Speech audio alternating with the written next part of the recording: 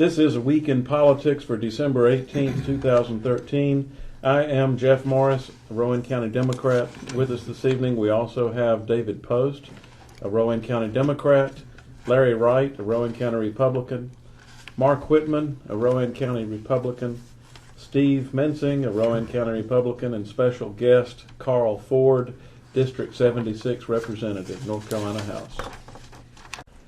Question 1. Representative Ryan, Republican from Wisconsin, chair of the House Budget Committee, former vice presidential candidate and author of the Republican Blueprint for Cutting Federal Spending, and Patty Murray, a Democrat from Washington, chair of the Senate Budget Committee, announced a 2-year budget deal that will avoid government shutdowns and end the sequester. At the same time, it did not address the debt ceiling. Why propose a law, if passed, that would breach the debt ceiling and could lead to another sequester and government shutdown? Will it pass the House? If so, will passing it mean that the debt ceiling threats are also over for 2 years? Jeff Morris, that equation may have changed since last week. I believe now the House has a budget deal that the Senate is uncertain about what they're going to do with it. We need something that's going to work long term instead of bumping up against the fiscal cliff over and over, and I'm just not sure that we're there yet. Carl Ford here with debt $17 trillion and climbing. Congressman Hudson told us Sunday that he was in a meeting with the president and asked him, what are we doing to lower the debt? Said the president paused and said, everyone in this room has schools and roads that need to be built, so there will always be a debt. Now, I thought somebody else besides the federal government builds schools. Or do we need to ask Salisbury City Council who's in charge of building schools, school buildings? I don't know, but that's the kind of answer you get from the president. I'm just fed up with the whole thing. The whole federal government.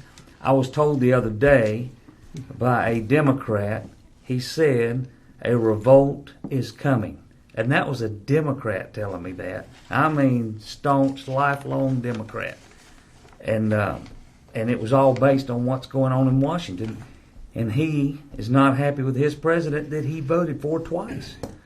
So I don't know when this thing's going to end. I guess when the whole country's gone down the tubes.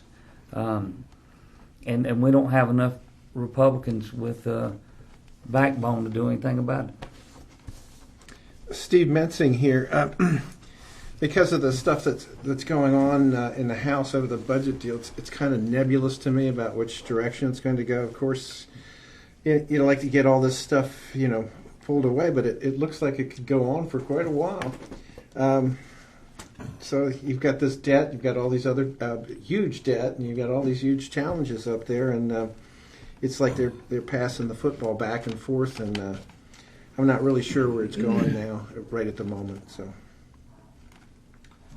Mark Whitman here.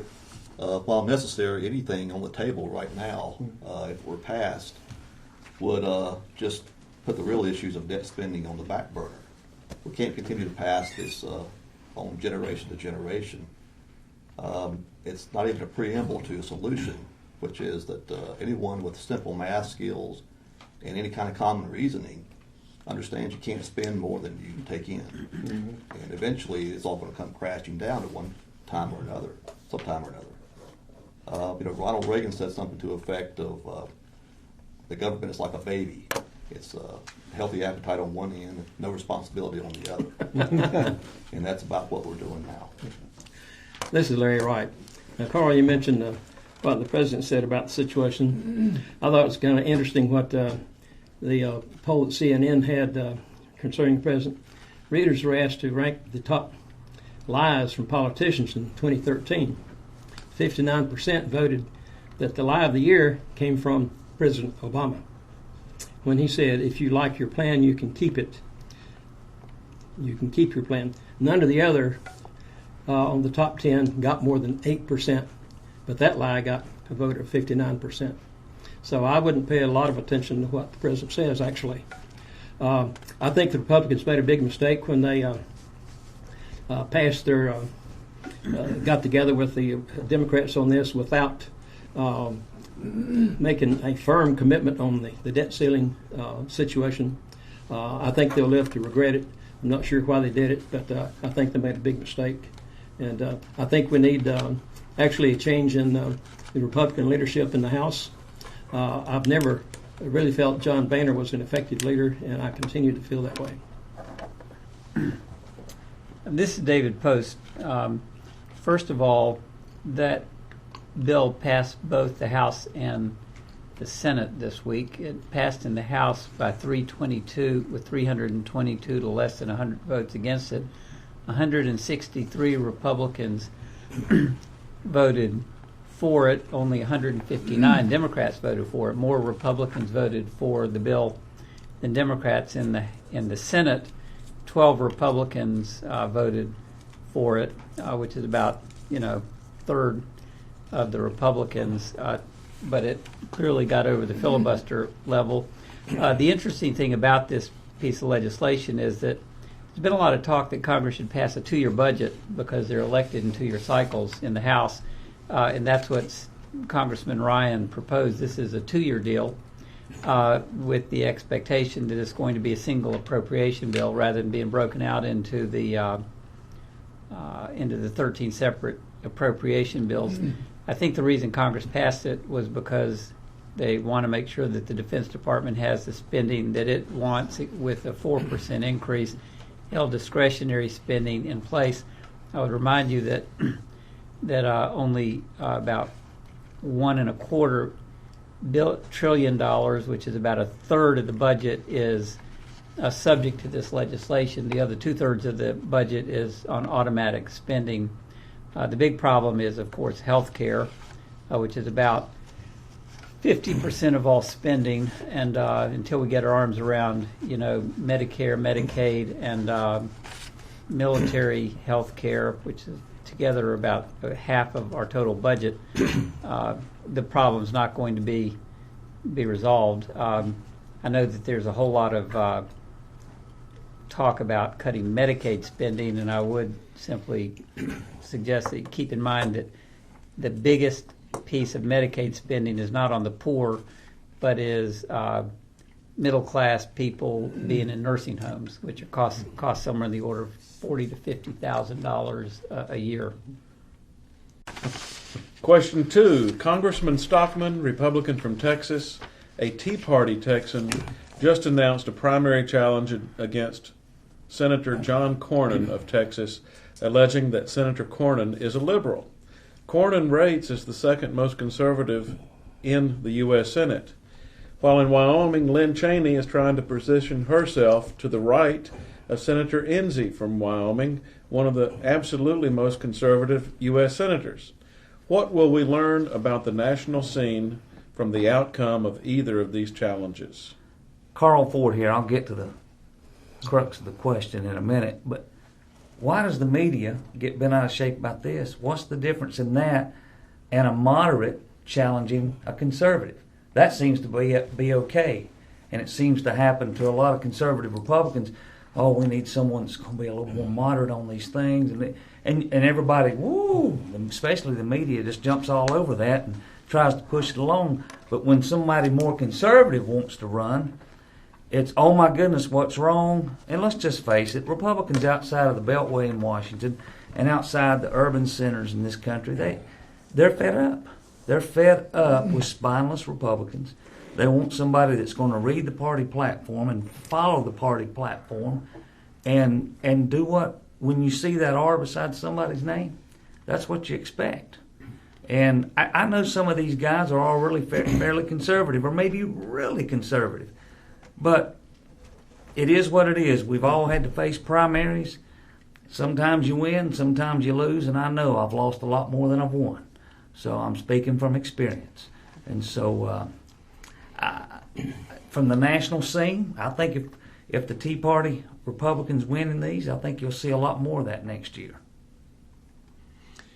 Steve Mensing here.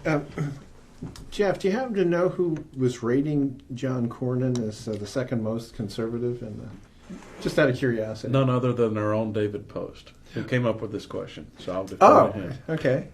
How's that rating done, or who did it?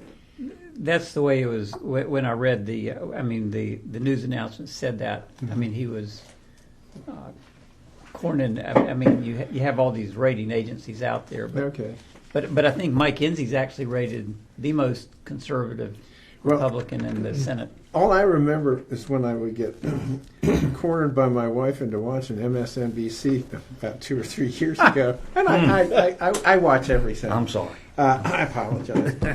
But anyway, John Cornyn was always being devilized as this arch conservative Tea Party guy, Right. and then suddenly somebody's saying he's liberal. It's like, well, haven't I been keeping up with national politics? Probably tuned out a little bit to it. I don't know. It's just guys are trying to position themselves. It seems like to me in a race. The guy Enzi is pretty right. It just looks like positioning to me from what I'm seeing. So, but I haven't.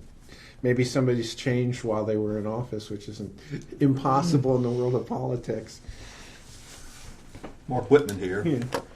I don't think we're going to learn anything new from the outcome of these challenges. They only reinforce the fact that political positioning is mostly tactical in nature with regard to the electoral process. Instead of focusing on the good of our country, some of these good people align themselves to be in the very best position for election or re-election. And I think it's sad that representatives of the people, even with the best intentions, have to play the positioning game just to have a chance to be elected. And here I'm violating my own rule of coming to the table with problems without solutions, because I have none for this. I'm afraid this solution is beyond my scope of reason. This is Larry Wright. I basically agree with Mark on this. However, if they're more conservative, I think we need more conservatives in Washington than we have. And if they really are more conservative, I'll leave it up to the voters of Texas and Wyoming to make that decision. I always did think Cornyn was conservative. Enzi, I've really never heard much about him, so I can't pass an opinion on it. But I'd be happy to see more strong fiscal and conservatives in Washington, D.C. And along those lines, we have 7 people running for senator from North Carolina. 3 of those I've heard of and I've met, and 2 of those are very conservative. That would be Mark Harris and Greg Brennan. And I hope Mr. Tillis is running. I don't really view him as a strong conservative, but I hope either Mr. Harris or Mr. Brennan win the nomination from North Carolina. This is David Post. I believe Carl's assessment of those 2 races is correct, although I think they're different, and I don't understand why Congressman Stockman would take on John Cornyn. I mean, Cornyn is he looks like the Texan. He looks like a Texan, he's tall, got a white mane of hair. He's very conservative. I mean, he wears cowboy boots, very conservative voter, has been non-confrontational but non-bending in the Senate, and how you get further to the right of him, I'm not sure, but the only way Stockman realizes that he can do that is try to do that, and I'm not sure Texas is a good testing ground there. If Stockman should win, I think that would be a huge signal that there's an enormous movement even further to the right in the entire South. Would be my read of that. In Wyoming, which is sort of cowboy land, as you know, I think Lynn Cheney's simply taking advantage of her name. Her father, of course, was vice president, was a congressman from there. I think if she had any other name, she wouldn't have a chance of winning there. But the only way she can win is just show herself to the right of an extraordinarily conservative senator also. I think that only because her last name's Cheney would that race otherwise attract any attention. I think if they both win, it's going to have reverberations on a national level about the mood of the conservative states, moving further to the right than they currently are. Jeff Morris. I don't know if Cheney will win. I think it would be because of her name if she does have a chance. I don't believe Stockman has a chance against Cornyn. But it's interesting, the political posturing game. I heard in the last week, I've heard two people question whether Jim Sides, a Rowan County Commissioner, is conservative or not, if he's a true conservative. So it's a matter of perspective, sort of like beauty. It's in the eye of the beholder. And, imagine whether Stockman and Cheney, either one, could be a lion sack of excrement running for political office. I mean, surprise, surprise. Question 3. North Carolina's prisoner home leave program was criticized back in the summer for permitting a murderer who had served 9 of a 12-year prison term to visit his family on weekends. The outcry by victims and North Carolina's district attorneys led to minor tweaking of the home leave program. An inmate must be in minimum custody level 3 for at least 90 days and within 12 months of his or her projected release date now. They must have a qualified sponsor over the age of 21, which would be an immediate family member. This means that fewer victims will likely encounter the murderer of their loved ones on the street prior to their release dates in North Carolina. But are the new requirements adequate? Carl Ford here. I don't think the new requirements are adequate. I think the only people that should get out, first of all, a murderer was convicted to 12 years. That's my first question. How did that happen? Second of all, and I'm sure your attorneys will tell me how that happens, but It could be a level of manslaughter. Could be. Other than first Could capital. be. I wouldn't think it was first degree, but I think that these type things only should be for nonviolent offenders, period. And even then go through the process. Just like a few years back, we permitted it locally when we were talking about people that were in our local jail for not paying child support. And if that's the only offense they've ever had in their life, and I was fine with putting a little anklet on them and letting them get out because I don't think they can pay child support while they're in jail. So I was fine with that. And nonviolent offenders maybe, but not this. And this law definitely needs to be changed. Mark Whitman here. I think overall the program is a good idea. I agree with Carl Ford. It should be looked at a little bit closer, and some of the victims' rights should be addressed as well. With the enhanced guidelines, it does make the law much better. The victims of surviving relatives are informed prior to the inmate participating in this program. No sex offenders allowed. Inmates have to be recommended by a prison official. So if you want to take it in that regard, it's the best of the prisoners that are allowed to participate. I'm not sure what the reincarceration rate is for these inmates who participate in this, but I would have to think it's much lower than inmates who do not participate, just because it's the better of the inmates that are allowed to participate in the program. This is Larry Wright. I would basically agree with what Carl said. I think the program should be for nonviolent offenders. I would really question whether or not those that have committed violent acts should be included in this program.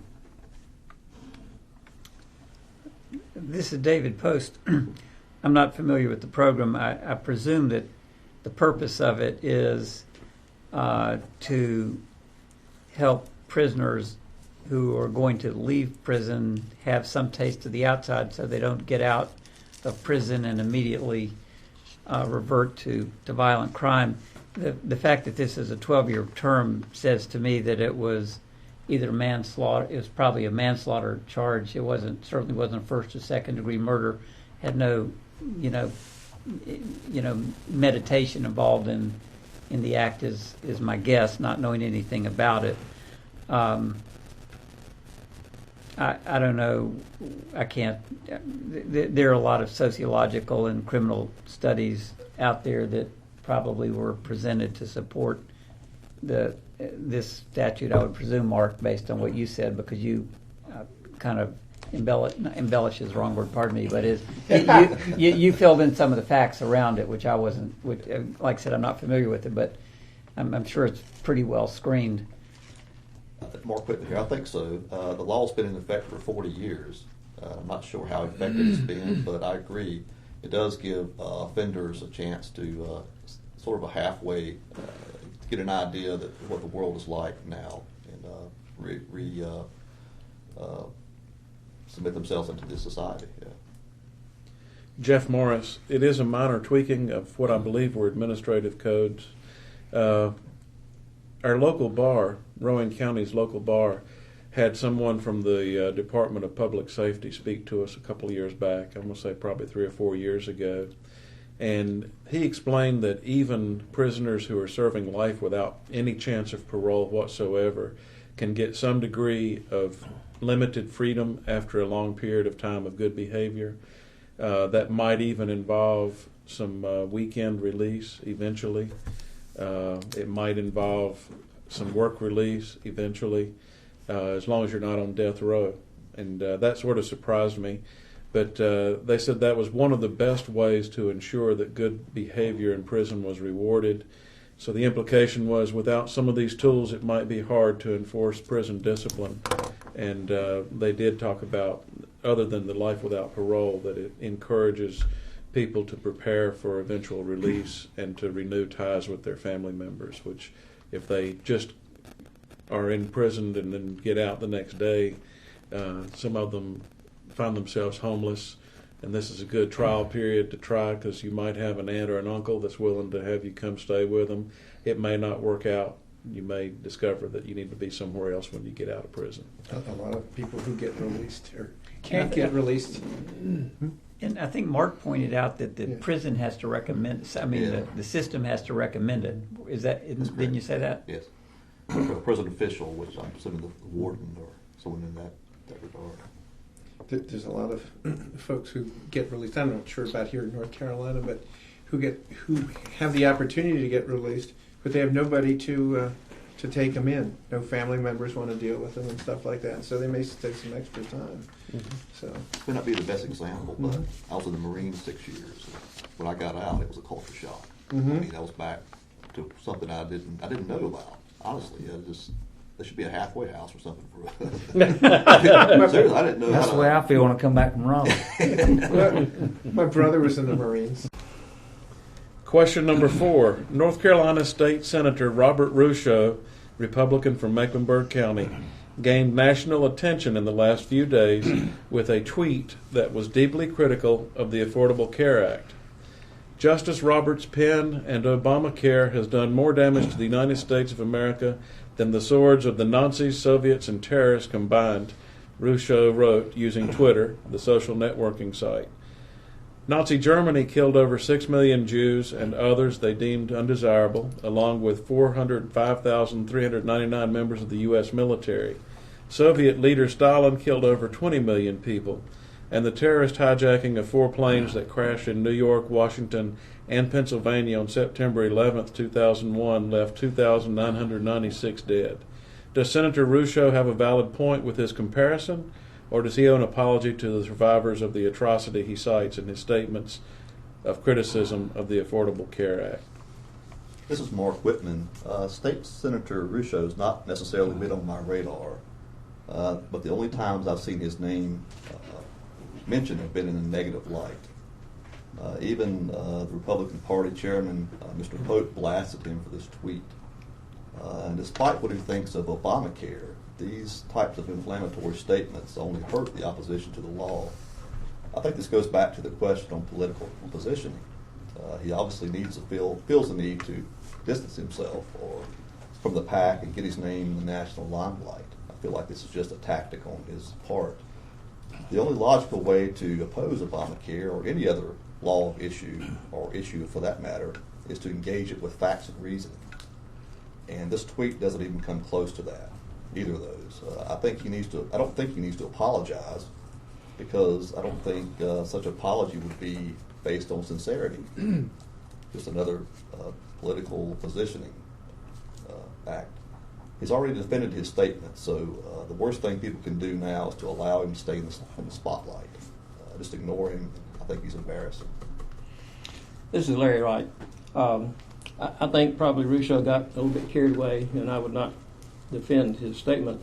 However, if anyone thinks he needs to apologize for his statement, I think that Mr. Obama needs to apologize for the lies that he's told about Obamacare, specifically about his saying, if you like your plan, you can keep it. That was a lie. He knew it was a lie months before he made that statement. And then he says, if you like your doctor, you can keep your doctor. And that is a lie also. And so I think Mr. Obama needs to apologize if anyone expects Mr. Russo to apologize. Steve Mensing here. Yeah, it was an over-the-top statement. He wasn't pointing at the facts and the figures, and that's the stuff that really means something rather than, equating it with something that's kind of like overblown. I mean, killing 20 million people and Obamacare, kind of a big difference there. So, this is David Post. I agree. I thought what Mark said was very good. The dots don't connect between, wartime atrocities and the Affordable Care Act. With regard to keep your plan, of course, Congress passed a law that, an amendment to the plan, which President Obama did sign, where people can keep their plan. People that are doing that are finding that it's costing more for lower coverage. And so, apologies. People say things because they mean them or they think they mean them. I agree with Mark on that too. I'm not sure that apologies, public apologies mean a whole lot in any. I think they're seen as political moves, just as Mark said a moment ago. Jeff Morris, social media is a useful tool and also a dangerous tool, and people seem to feel that they have more anonymity when they're blogging or posting something to a social media site than if they were in a gathering with the mic running and the cameras running. Rousseau made an idiotic statement. He should not have dug in his heels and defended those statements. He should acknowledge that it was stupid of him and at a minimum pledge to stick with facts and statistics in the future instead of exaggerations and offensive type of comparisons that just don't apply. Carl Ford here. Senator Russo wrote the tax reform bill, and I've learned from several meetings with him that he says exactly what he means, and means what he says. And I'll admit that the word Nazi is misused. I've misused it. I've called the guy downtown that chalks tires parking Nazi. And so, and I understand that. I don't mean it. Everybody knows that I don't mean any disrespect to anyone. It's one of those terms, just like when on Seinfeld, the soup Nazi, It's a misused term, and I'll admit that, but I'm sick of all this PC stuff. Back in the summer, North Carolina Senator Angela Bryant, Democrat, called all Republicans Nazis for not passing Medicaid. Representative Joe Sam Queen said Republicans will have the blood of dead people on their hands for not passing the expansion of Medicaid. You barely got a whimper. It was definitely not covered by the national media. It was covered by a few conservative websites, and that was it. They basically said the same thing, and nothing was done. You mean they didn't apologize? Absolutely not. They were asked to apologize by their own party and everyone else, and they didn't do it. So that's what gets me about this. There's a double standard, and I don't like that. And when you get to the Affordable Care Act, it's definitely a jobs killer, and I'm afraid with the way the health care system is going to go with Obamacare, if you look at what's going on in Canada and Europe, it may also be a killer, period. But this whole thing's been blown out of proportion. Question number 5. Without giving the specifics, Rowan-Salisbury School Board member Chuck Hughes on Tuesday announced in the Rowan Free Press that a counter offer from the Board of Education is on the table, which would address the public school system's capital needs, including a new central office building at a location that is acceptable to the entire Board of Education. He claimed that the board has made a major concession in making this counter offer, implying that it would be at some location other than 329 South Main Street. Mr. Hughes says that it is now up to the county commissioners to do the same.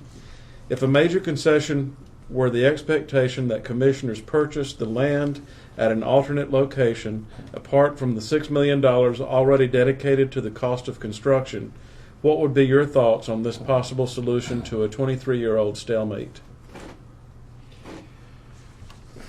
You know, I'd really have to know the actual particulars of the deal, and that's kind of like in the dark right now.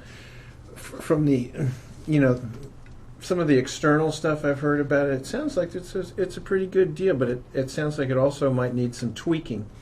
And, you know, I'll see what... If they're going to make a deal, they're going to make a deal at some point. But I think there's a very good chance that they could pull it off because there would be enough votes.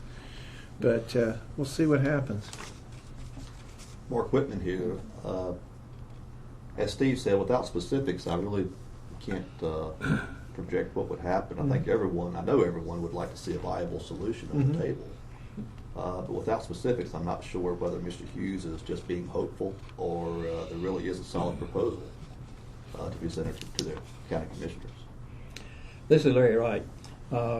Mr. Hughes was at the Tea Party meeting last night and spoke briefly, although he didn't really enlighten the group any more than is said here. But I understand, though, that the new location is on Main Street. And it's on North Main instead of South Main. And it's not 329 North Main. I'm not sure where I got the impression from, but I think they want $7 million. So they want more money.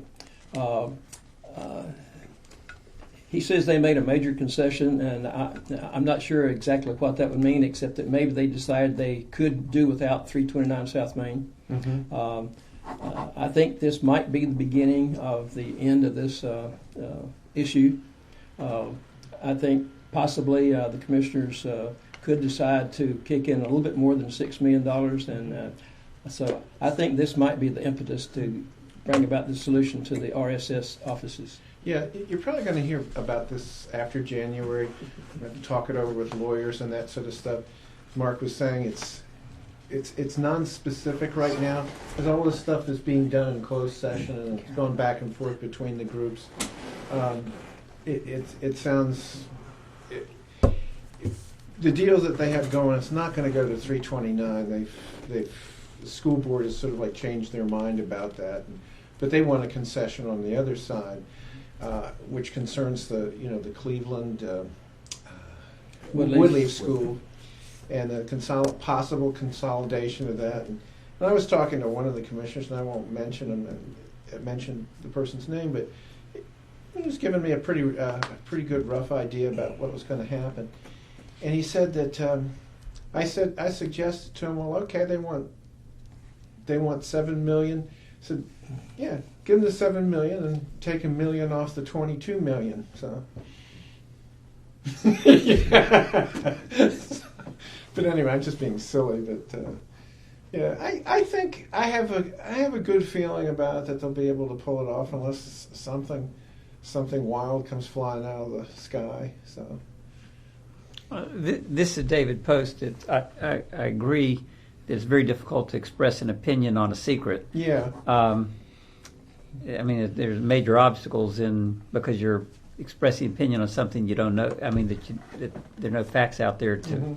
However, that said, my hunch is that Chuck Hughes, who's known to be a conservative, may have some sense of how the county commissioners or some of the members of the commission, may align with the ideas. I think Superintendent Moody has made it very clear that she has no dog in the fight relative to 329 South Main. She just wants a solution to the problem, which is, I think, good. I think the fact that if Mr. Hughes is speaking for the Board of Education, and it in fact is a strategic option which would address more than just the central office and more than the school in the western part, the elementary school in the western part of the county, but is in fact addressing, as the question suggests, the public school system's capital needs. That suggests a strategic plan. I think all of that is great, and I think the fact that he is a conservative member of the school board may reflect that, you know, he's got the ear of, you know, someone on the commission that's provided some feedback to him that, I mean, the way politics operates is, you know, is that one person winks and another person winks, and you kind of get an idea of what's going to happen here. And I believe it'd be good to get all of these issues off the front page and improve our school system. Now, this is Larry Wright again. Chuck did mention one thing last night that is worthwhile noting. He said that he had noticed a definite change in the attitude on the school board. Mm-hmm. And so I think it's entirely possible that Dr. Moody has had a positive impact on the school board, and that would be a real breath of fresh air if that's indeed stays the way it is now. Mm-hmm. Yeah. Jeff Morris here. Dr. Moody is already a breath of fresh air from what I'm hearing, from what I've heard from her personally, and from what I'm reading that she's saying in all the same, in all the various forums that she has an opportunity. She really is a collaborative leader, engaged. This is not about status quo leadership like we've had for years, probably for the last 23 years. Only an extra $1 million for a global deal that would settle all the capital needs, the school office, everything, Woodleaf and Cleveland. Take it, don't even look back. If it gets a central office building, Consolidated Schools takes $329 off the table. Call a meeting before Christmas and let's do this thing. I think it's going to be it. Carl Ford here. When I was listening to Mr. Hughes, who I really respect, I think he was talking more about the budget than the central office, and I know that he was putting the two together too, and the budget impasse that they have, because none of us are winning there. I think the cost has already gone over $100,000 between the attorneys, and you know, how can a school system that has 1,429 less students than they did 7 years ago, and some tell me that number's higher than that, how can they continue to grow, including a PR department that has 3 employees when most school systems larger than Rowan Salisbury don't have a PR department? That'd be the job of the superintendent and the 400 million assistant superintendents they all have. And why hadn't the PR department, why hadn't they released it, that the school system's been given free buildings from Frito-Lay and Carter Chair? And that happened months ago, and it's never been reported on. And Dr. Moody says that she doesn't need but 48,000 square feet for a central office. She doesn't need 62 or 68. And Chairman Miller of the school board said, shut down Woodleaf and Cleveland. And we don't even need them. That's what he said in the newspaper the other day. And that seems to be just, you know, pushed under the rug. And the whole deal is with the whole budget is I think the laws need to be changed to where the school system's suing the county commissioners because no one wins. No one.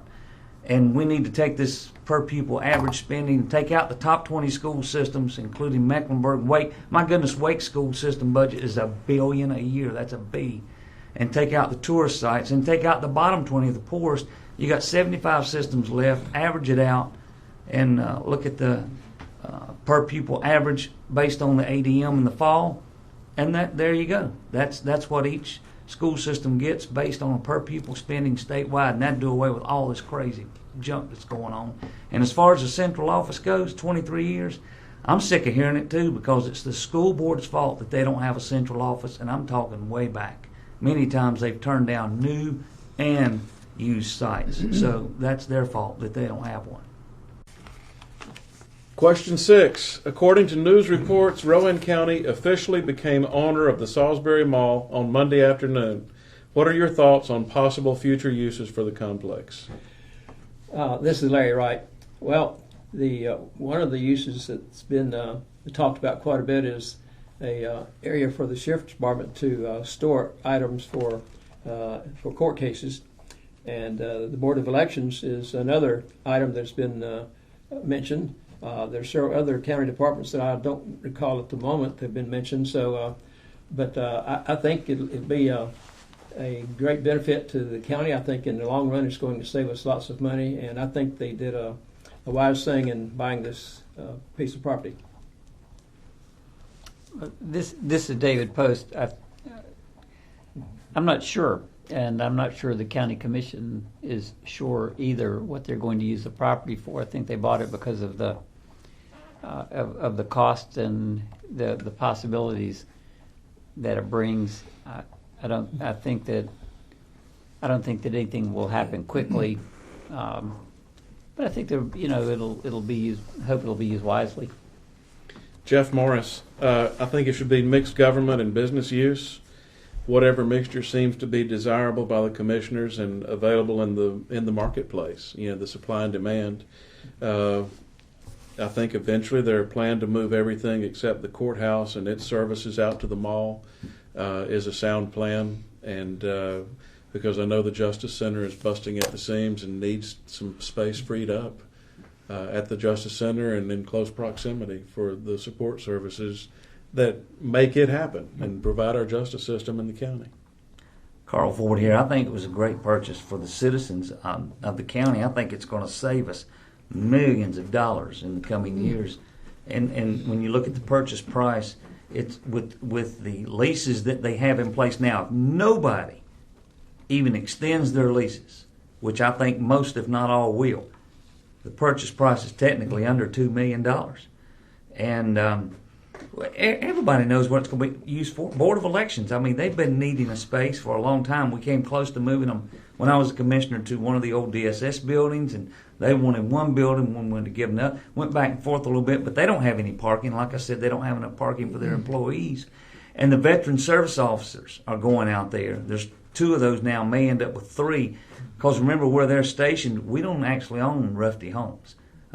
We lease and give them money every year, we as county taxpayers. And then the sheriff's evidence storage, which now includes an awful lot of stuff, more than just drugs or cash or whatever. You're talking lawnmowers and 4-wheelers and everything else. And then if you ever need to, you can move the whole sheriff's department out there. And if I was an attorney downtown, that's what I wanted to do. That way you could expand the Justice Center in the Justice Center where it is, with the sheriff's department out and the 911 center's already gone. And speaking of that, the 911 center is way outside of Salisbury. The new jail is way outside of Salisbury, despite it's close to China Grove. But the mall is still inside Salisbury. And everybody I've heard that you tell them about the Board of Elections, you don't even have to go any further because they love it, because they can come somewhere where they can park their car and walk in the door instead of driving around in circles in Salisbury looking for space. Steve Mensing here. I think it's a really great overall long-range deal. There's a lot of really cheap office and storage space available there. There's all kinds of different things that you could do in there, and I think it's a good deal. Right now, they need some areas where they can move stuff out of downtown and some other areas to consolidate over in that one area, and parking, everything going there. And I really like to see the Clayburg, resuscitated. They ran off with the seats and the popcorn machine and stuff like that. And, you have kids that probably took them over to the kiddie stuff, right? Because $225 goes, or $250, I guess it is now, goes a long way. But I think it's going to be a good long-term deal. It is going to cost them, with all the leases and everything like that, somewhere in the vicinity of about $2 million, and they can gradually retrofit different things that their needs and meet their needs and stuff. And it's like probably something you're going to think of as about a 12-year range before they start really filling that out. So it's large space. Mark Whitman here. I agree. It's a sound purchase, I think, for the county. I would like to see some of these county services or departments consolidated into it. I'm sure there's some kind of savings. I know there's some kind of savings that have to be on leases for different buildings. I'm not sure the numbers exactly, but Carl mentioned the sheriff's department stores, the impound lot for cars and 4-wheelers and things. It just seems to be a good overall purchase. And also, if the sheriff's department could be moved out there, it would free up room in the Justice Center, which I would like to see the front entrance to the Justice Center used. Eventually, it however that could be done with a build out or some kind of a retrofit in, It's just it's an embarrassment, I think, to have a front interest you can't use, and very inconvenient to have to go around to the side. It's security based, but you're right. It is totally inconvenient. It's terrible. And it would have to, security-wise, it would have to involve expanding out instead of Right, that's the way the also hallways are problem. That's also organized. the problem there. I have a question regarding the concept of mixed government and business use. Since this is owned by the county, of course, there will be no taxes collected on its value. That's correct. Are businesses there? I mean, typically your rent includes, when you rent property, it includes Triple net. a value related to.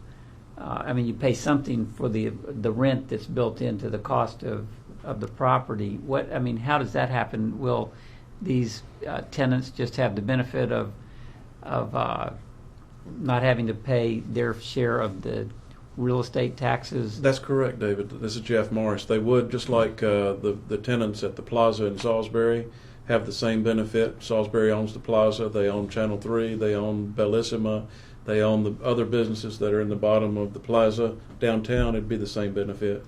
They would not be paying any taxes because the city isn't charged taxes for the government. Just as an aside, there's a federal law, it's called unrelated business income, in which if you're involved in a business in which if you're doing a nonprofit business which competes with a for-profit business, there's federal tax law that basically says you're going to have to pay income tax because the people you're competing against are going to have to pay income tax, and therefore you have an unfair advantage. For example, the drugstore at Duke, if it doesn't have to pay income tax on its profits, it has an unfair advantage over Walgreens and CVS. Does that apply to Fibrant? The federal tax law to Fibrant I don't know. providing I don't know. internet I got an services? idea. We'll just call it incentives and Because they do avail themselves of the advantage of no tax, just like the businesses in Salisbury that are owned by Salisbury, including Fibrant, including the tenants at the plaza. My hunch is Fibrant's treated as a utility, not as a competitive business, though it does compete, obviously, with Time Warner here in Salisbury. Right. Question 7. In the past 2 years, multi-billionaire Warren Buffett's BH Media Group subsidiary purchased the Omaha World Herald and its 6 smaller daily newspapers and several weeklies across Nebraska and southwest Iowa, 63 newspapers from Media General Incorporated of Richmond, Virginia, including the Richmond Times-Dispatch and the Winston-Salem Journal, for $142 million in cash, Texas dailies, the Eagle in Bryan, College Station, and the Waco Tribune-Herald, the Tulsa World, the Greensboro News and Record, and Virginia's Roanoke Times. In a digital age of internet news, how does Buffett, who appears to have the Midas touch, expect these relatively new investments to turn a profit? Or are these investments made out of some alternate motive? This is David Post. I don't know what alternate motive might be, so I'll be curious to hear some other comments on that. These newspapers that he's been buying, it appears to me, are in middle markets, towns of 100 to 300,000 people. They clearly have a market for local news, local advertising, local classifieds, and the such. And which is different than, of course, smaller towns like Salisbury or even China Grove. It looks to me like each of these papers probably have a circulation base of 75 to 100,000 papers or thereabouts. Salisbury has a circulation, I think, of about 20,000. I think he's found that there's a way in these middle market areas to make a buck. I mean, he only does that. I mean, his investment strategy is to buy things and then to leave them alone, let the managers run them. He doesn't interfere unless they aren't meeting his goals.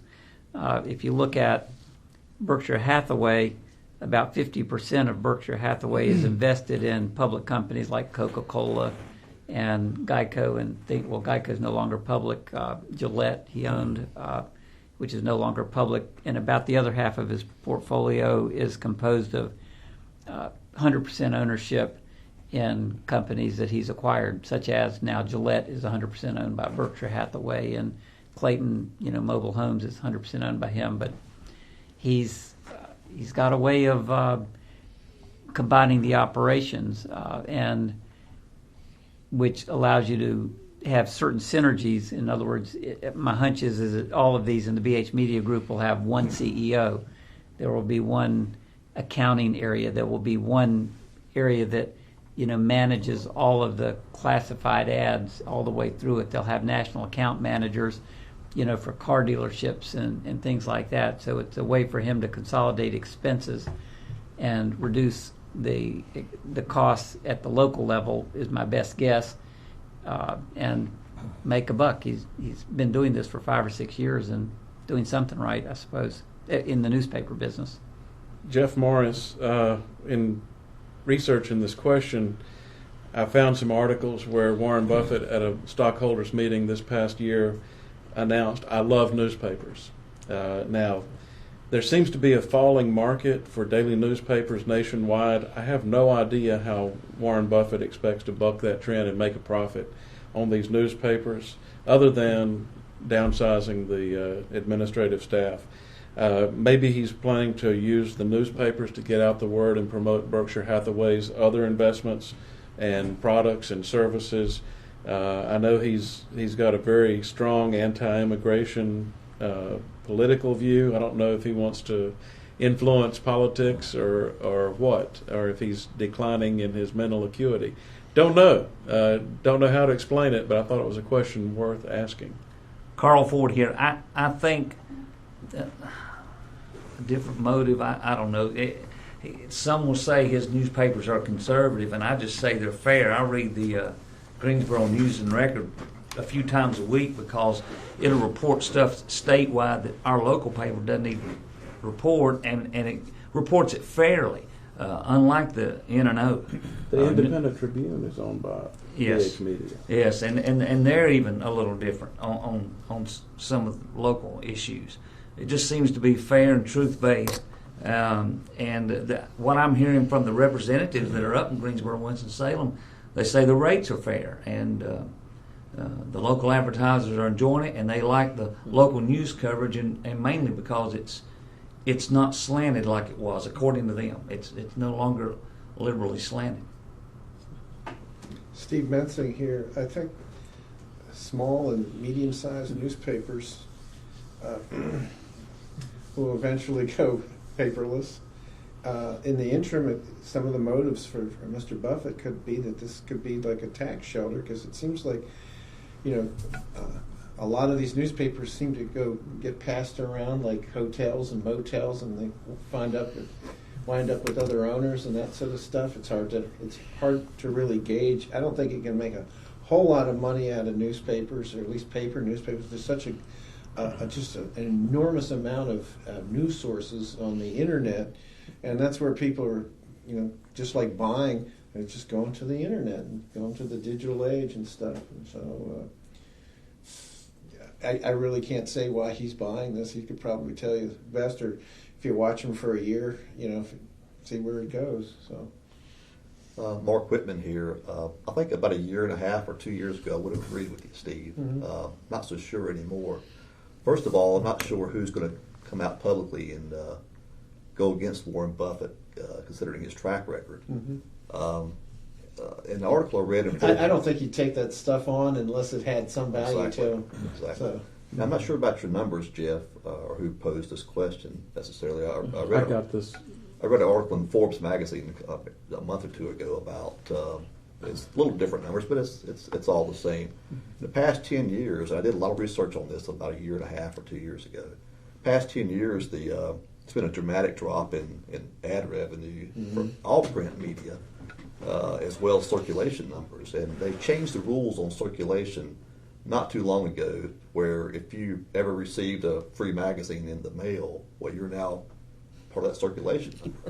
So a magazine may decide they're going to give away 5,000 copies every month to various people. They'll get some of that. Some people will subscribe to the magazines, but that's 5,000 more in their circulation numbers just by giving it away. Salisbury Post the same thing. If they're in Lowe's or Food Line giving you a newspaper, well, you're now part of that circulation. For a year and a half, they threw it up on my lawn, and I said, "Oh gosh, I get to read it." And Thursday, I'm totally dedicated to the TV section.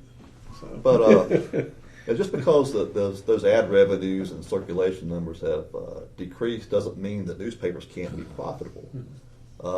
The big, for example, big news in the tech world, which I follow a lot, are PC personal computer numbers. Sales are dropping down. I think 1.5% last year and up to 5 or 6% this year. And the thing is that PCs are going the way of the dinosaur, but still I think PC personal computer companies that make personal computers have sold 340 million personal computers last year. That's still a lot of money. Yeah. That's a lot of money, and there's other examples as well. So I think there are signs that indicate that that circulation and readership and ad sales for print media is starting to level off somewhat. And I think Buffett's strategy is, along with the hometown, this medium market, as David said, or smaller market newspapers. There's still a core number of readers who want to feel that paper in their hand, and they want to read about local news. They want to know what's happening, and I think newspapers need to respond to that more. These same people will read a paragraph or two about North Korea or Syria, but just to get an idea of what's going on. So I think he's pretty smart there. I think he knows what he's doing, and I think that it's something that he's going to make some money on. This is Larry Wright. Warren Buffett owns some railroads, and those railroads are really making a lot of money hauling oil out of North Dakota. So I'm not surprised that he's actually against the pipeline that has been discussed.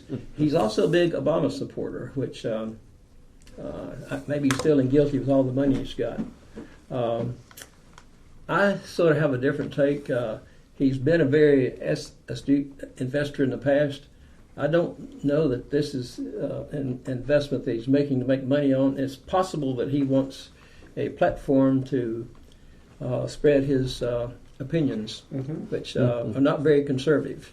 So it'll be interesting to see how this turns out. If he really makes money, or if he simply uses it as a talking platform to see if be interesting to see if the editorials and so forth from these papers take on a different tone.